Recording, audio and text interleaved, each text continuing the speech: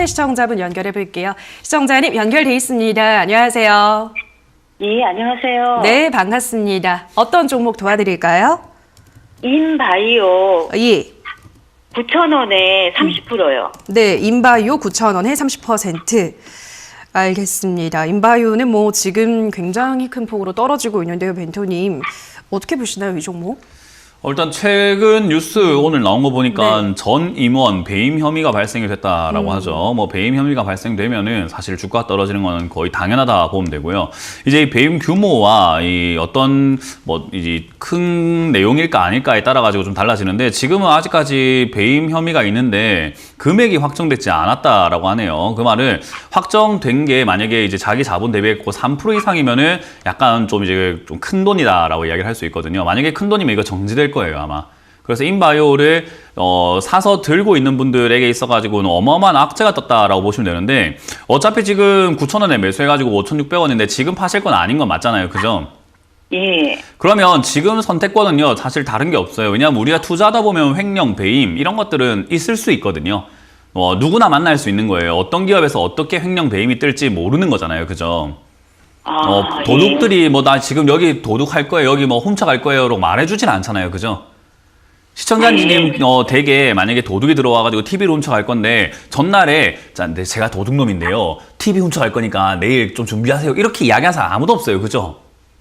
불시에 가져가는 거예요. 그러니까 횡령, 배임도 불시에 일어나는 거지 미리 알려지지 않는다라고 하는 거예요. 그래서 이거는 투자하다 보면 어쩔 수 없이 만나게 되는데 여기서 어떻게 할 것인가를 시청자님이 선택을 하셔야 돼요. 뭐냐면 지금부터 이게 정지될 가능성이 있거든요. 아, 그래요? 정지가 돼버리게 되면은 오늘 저녁이라든지 내일 저녁이라든가 이렇게 해가지고 공시 뜨면 아마 정지가 될 가능성이 생겨 있는데 정지가 되면 이제 상패 사유 발생이라고 이야기를 하게 되고 상패 사유 발생이 됐을 때 상장 폐지까지 가지는 않을 가능성이 높아요. 횡령 배임으로 막 상장 폐지가 된 기업들은 거의 없거든요. 그러니까 그럼 없어지진 않네요. 없어지지는 않을 것 같은데 정지라는 것 자체가 더 이상 팔 수도 없고 더 이상 사지도 못하는 아무것도 못하는 장세예요. 예. 그러니까 그 위기를 내가 버틸 수 있다 하면 그냥 정지까지 그냥 당해버리는 게 맞는 거고요. 아, 나 그거 싫어요. 아우, 그래도 반이라도 내가 언제라도 팔 수 있는 게 좋은 거 아닐까요? 나는 좀 자유롭고 싶어요. 라고 한다면 지금이라도 사실은 손절하는 게 맞는 거예요. 근데 그게 어떤 게 맞는 판단이라고 제가 시청자님께 뭐 함부로 말씀드리기가 힘들다라는 거예요. 이해가 되세요? 아, 예. 어쨌든 기업 내에 범죄가 일어난 거잖아요. 네. 그러니까 그 상황에서 사실은 손절이 맞을 수도 있고 조금 가져가는 게 맞을 수도 있어요. 근데 어쨌든 횡령 배임이 있을 뿐이지 회사가 무너졌다든지 회사가 뭐 사업이 뭔가 좀 빠그러졌다고 하잖아요. 뭔가 무너졌다든지 뭐 삐끗했다든지 이런 건 아니에요. 아, 그래요? 그러니까 장기로 본다면 탈출할 수 있는 그런 구멍은 있겠지만 어쨌든 악재가 발생한 건 맞다. 그래서 시간이 좀 많이 걸리게 되었다. 어쩔 수 없이 좀 돌아가게 생겼는데 정지 상태로 가져갈 수 있다면 저는 그냥 보유하셨다가 나중에 정지 풀리면은 추가 매수가 가능한지 체크해서 추가 매수해서 그냥 나중에 탈출하면 되거든요. 시간은 좀 걸리겠지만. 아, 예. 네, 그게 아니면 그냥 오늘 손절하자라는 의견을 드릴 수밖에 없을 것 같아요. 그래서 오늘 현명한 알겠습니다. 판단을 좀 하셔야 될 것 같아요. 네, 감사합니다. 네, 고맙습니다. 네, 다음 시청자분 만나보도록 하죠. 시청자님 연결돼 있습니다. 안녕하세요. 안녕하세요. 네, 반갑습니다. 어떤 종목 고민이세요? 네, 스카이라이프 네. 만 30원에 30%요. 네, 만 30원에 30%. 알겠습니다. 스카이라이프도 우리 시청자님 매수하고 나서 또 계속 떨어지고 있는 구간인데요. 요거는 어떤 전략이 필요할까요? 주챔수 하기 전에 스카이라이프 광고 나오던데 네. 함부로 말해도 괜찮은지 모르겠네요. 괜찮아요. 광고주 아닌가요? 함부로 말하면 안 될 것 같긴 한데 어쨌든 스카이라이프라는 기업은 함부로 말할 그런 것까지는 없고요. 좋은 기업이에요. 좋은 기업인데 가격이 지금 높아가지고 걱정인 거지. 시청자님만 걱정인 거지 사실은 들고 간다 조금 중장기 투자를 하겠다 했을 때 저는 그렇게 나쁘게 보진 않습니다. 왜냐하면 스카이라이프라는 게 지금 실적만 보더라도 계속 성장 중인 기업이에요. 그죠? 네. 거기다가 요즘에 캠핑 수요도 굉장히 많아지다 보니까 우리 위성통신 방송 이런 거 쓰는 게 스카이라이프잖아요. 그죠? 그래서 네. 뭐 우리 이동하면서 뭔가 TV를 본다든지 할 수 있는 관광버스 같은 데 TV 달려있는 거 보면 전부 다 스카이라이프 쓰고 있거든요. 거의 대부분이 네네. 그래요. 그 정도로 이게 영업이익이 상당히 좋아지고 있고 그리고 스카이라이프 쓰는 사람들도 꾸준히 써요. 네. 요즘에는 뭐 역시 위협적인 그런 방송들 뭐 넷플릭스라든지 스트리밍 서비스들이 굉장히 많아진 건 맞는데 그래도 여기를 쓰는 그 기업들도 굉장히 많고 꾸준히 쓸 수 있는 수요가 있다는 거예요. 제가 안랩을 좋게 보는 이유가 안랩도 공기관에서는 굉장히 V3 그 바이러스 하는 거 있잖아요. 그걸 네네. 공공기관에서는 굉장히 많이 써요. 그런 것처럼 얘들도 결국은 쓰는 기업들이 굉장히 많다라고 이해를 하시면 되거든요. 그래서 꾸준히 네. 수요가 있을 거예요. 대신에 이 꾸준한 수요가 있다는 것은요, 좋을 수도 있는데 나쁠 수도 있어요. 뭐냐면 성장이 없다라는 거예요. 뭔가 급변을 한다든지 뭐 변화가 엄청나게 생긴다든지 신사업이 생긴다든지 신기술이 만들어진다든지 이런 거보다는 꾸준히 판다라는 개념이 있거든요. 그래서 네. 이런 기업들은 언제 좋냐면 다른 기업들이 좀 안 좋을 때 좋아요. 얘는 그 자리에 있었는데 딴 애들이 막 빛나면 어때요? 우리 예를 들어가지고 흰색 사이에 회색이 있으면 되게 어둡잖아요. 그죠? 네. 근데 검은색 사이에 회색이 있으면 되게 밝아요. 그죠? 회색은 네. 처음부터 회색이었는데 그냥 주변 환경이 어떻게 바뀌느냐에 따라서 좋아 보이기도 하고 나빠 보이기도 하는 것처럼 스카이라이프가 딱 그런 기업입니다. 지금은 눈에 띄지 않아요. 근데 경기가 안 좋아지면은 얘는 눈에 띄게 됩니다. 근데 지금 인플레이션과 경기 침체 이야기 굉장히 많이 나오고 있고 실제로 우리가 체감이 되는 게 지금 경기가 많이 안 좋다는 건 누구나 느끼고 있거든요. 자영업자도 힘들고 중소기업 지금 많이 무너지고 있고요. 그 말은 얘는 가만히 들고만 있으면 아까 말한 것처럼 주변이 하얀색이어서 보이지 않았는데 점점 주변이 검은색이 되니까 얘만 밝아 보이게 됩니다. 그때 주가가 올라갈 기업인 거예요. 이해가 되죠? 그게 언제쯤 그걸 제가 어떻게 합니까? 그거를 언제쯤이라는 그 질문은요, 이 상담하는 분들이 언제쯤이라는 질문을 하면 안 돼요. 예, 여기 그런 거 같았으면 주식 전문가라고 안 하고 주식 점쟁이라고 하죠. 예, 그거는 이상한 거예요. 질문이 이상한 거예요. 아시겠죠? 요거는 어찌됐든 분위기 자체가 7,000원까지 이렇게 내려갈 수 있다 생각하시면 되고요. 내려갔다가 10,000원까지 올라가는 거는 사실은 별 의미가 없는 그 아주 당연히 올라갈 수 있는 자리라고 보시면 되고요. 그러면 시청자님께서 하실 수 있는 방법은요. 7,000원까지 내려왔을 때 이제 더 이상 빠지지 않는다고 생각한다면 지금은 계속 빠지고 있잖아요. 그죠? 네. 7,000원쯤에서 더 이상 빠지지 않는다면은 추가 매수를 좀 진행을 하시는 게 좋아요. 이거는 비중을 한 50%까지 늘리셔도 괜찮은 기업이거든요. 네네. 네, 그래서 7,000원이라든지 그 이하에서는 자리를 잡을 때 더 이상 안 빠질 때 비중을 더 늘리셔서 가져가 보자. 일단 수익을 내는 데까지는 추가 매수가 됐다라는 가정하에서는 한 1년 안에 수익 내는 게 그렇게 어렵진 않을 것 같습니다. 네, 알겠습니다. 네, 오 하지 마시고 아시겠죠? 1년이라고 너무 딱 단정 짓지 마시고 그 정도의 기간 한번 잡아보고 생각하자는 거예요. 항상 보수적으로 말씀해 주셔가지고 네. 되게 기쁘네요. 아, 이건 좋아요. 예. 좋은 기업이니까 가져가세요. 광고주라 사는 그런 이야기가 아닙니다. 네, 네, 알겠습니다. 고맙습니다. 네, 다음 전화 가보도록 하겠습니다. 시청자님 연결돼 있습니다. 안녕하세요.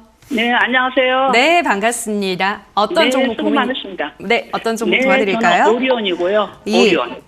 매수가 오리온이고 매수가 11만 5천 원이고요. 예. 예, 또 비중 많은데 50% 정도 돼요. 11만 5천 원에 50%. 네, 네. 알겠습니다. 네, 지금 많이 빠지는데 예. 좀 이렇게 뭐 그렇게 많이 빠지는데 이게 좀 언젠가는 네. 이 가격은 올 수 있는가 좀 전문가님한테 네. 좀 여쭤보려고. 알겠습니다. 이게 뭐 네네. 곡물가 상승을 하면서 지금 식음료주들도 네네. 분위기가 다시 또 얼어붙었습니다. 멘토니 이거는 뭐 코로나 때보다 더 많이 떨어지고 있네요, 멘토님. 어떻게 네, 보세요? 맞아요. 일단 식음료 파트는 인플레이션 방어주라고 생각을 네. 할 수가 있어요. 인플레이션이 왔을 때 무조건 인플레이션이면 식음료가 간다 이런 공식이 아니라 인플레이션이 왔을 때 많은 기업들이 힘들어져요. 특히나 우리나라는 중소기업들 많이 무너지거든요. 네. 그렇게 되면은 이제 경기가 얼어붙고 사람들이 일자리를 잃다 보니까 결국 먹고 사는 문제에만 돈을 쓰고 나머지는 아낄 수밖에 없죠. 예. 그렇게 됐을 때 수혜가 된다라고 이야기를 하는 거죠. 그리고 이제 밀가격처럼 이렇게 원자재 가격이 올라갔을 때 얘들이 가격적인 부분에 있어가지고 원가가 올라가게 되면 우리 간단하게 생각하면은 커피 한 잔 만드는데 원두 가격이 올라가면 마진이 얼마 안 남을 거 아니에요. 그죠?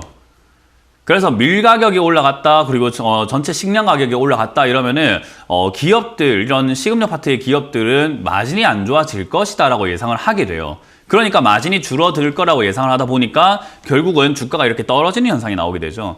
근데 다시 한번 생각을 한번 해보면은 전 세계가 지금 밀 가격이 올라갔다, 그리고 곡물 가격이 많이 올라갔다, 그리고 곡물이 지금 뭔가 유통이 쉽지가 않다라고 이야기를 하는 거잖아요. 특히나 우크라이나에서는 밀을 안 보내겠다라고 하면은 대체 먹거리를 찾아야 되고, 그리고 모든 국가가 식량난에 취하다 보니까 식량을 수출하지 않으려고 하게 됩니다. 그럼 우리나라 입장에서도 식량을 수출하지 않으려고 하다 보니까 많은 국가들이, 그러면 우리 식음료 파트에 있는 기업들은요, 결국 수혜를 볼 수밖에 없는 게 다른 대체 먹거리들이 거의 없어지게 되고 이쪽으로 다 쏠리게 되어 있다는 거죠. 결국은 이게 원가가 증가해서 마진이 줄어든다는 거 플러스 해서 식량난이라는 것까지 겹치게 된다면은 수요가 굉장히 올라갈 수밖에 없고, 그러면요, 우리가 그렇잖아요. 밥을 먹어야 되는데 배가 고픈데 밥 한 그릇이 1,000원이었는데 2,000원 됐다고 안 먹을 수는 없어요. 배가 고프니까 뭐라도 먹어야 된다는 거죠. 비싸지더라도 먹을 수밖에 없는 게 식량인 거거든요. 그래서 지금은 물건 가격도 계속해서 올라가고 있습니다. 오리온도 실제로 가격 올리고 있고 많은 식음료 파트 기업들이 가격을 올리고 있는데 아마 더 올릴 가능성이 전 높다고 봐요.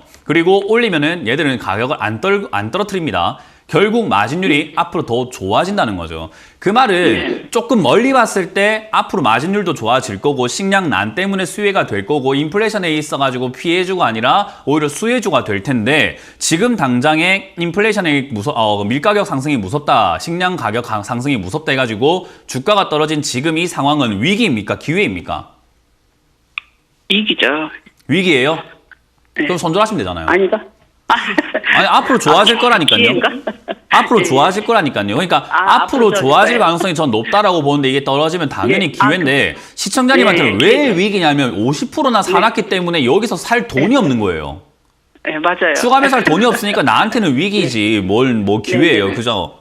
네. 그게 제가 말하는 비중을 잘못 조절했기 때문이다. 비중이 처음부터 많으면 이런 일이 발생이 무조건 되게 되어 있어요. 우리가 좋다고 생각을 해서 사겠다고 생각하면 적은 비중으로 천천히 늘려가야 되는 거지 처음부터 왕창 사놓고 물려서 어떡하지 이게 아니에요. 주가라는 건 얼마든지 맞아요. 떨어질 네. 수 있기 때문입니다. 그래서 이번 경험을 네. 토대로 다음번에는 네. 비중 조절을 아래로 갈수록 무겁게, 위로 갈수록 가볍게 이렇게 생각을 하시면 되고요. 네. 결국 지금 이 종목은 오리온 같은 경우는 8만 원대까지 밀려 내려가는 것은 지금 분위기 자체상 어쩔 수가 없을 것 같아요. 근데 네. 내려갔다고 해서 저는 나쁘다 생각하지는 않거든요. 오히려 더 살 수 있다면은 8만 원대에서 가격을 잡고 이렇게 횡보를 하거나 조금 자리를 잡아준다면 더 사버려야 되는 종목이라고 생각을 해요. 네. 그러니까 그렇다는 말은 더 살 돈은 없어도 손절해야 된다, 안 해야 된다? 손절 안 해야죠. 그렇죠. 더 사도 부족한 판에 그걸 팔아버리면 어떡해요. 그죠? 네. 그러니까 여기서는 손절 굳이 안 하셔도 저는 다시 복구해서 네. 올라와서 본전 찾는 것까지는 별로 어렵진 않다 생각을 합니다. 그래서 지금 당장은 우크라이나 사태 때문에 악재처럼 보여져서 주가가 떨어져 있고 목표가 하향시키고 난리가 났는데 시간 지나보시고 다시 올라옵니다. 그때는 또 식량이 좋다 하면서 또 만세 부르고 있을 거예요. 그때는 시청자님 아마 본전 찾거나 그 이상까지 올라올 수 있으니까 그냥 마음 편하게 보유하자는 전략을 드려보도록 할게요. 네, 감사합니다. 네, 고맙습니다. 네.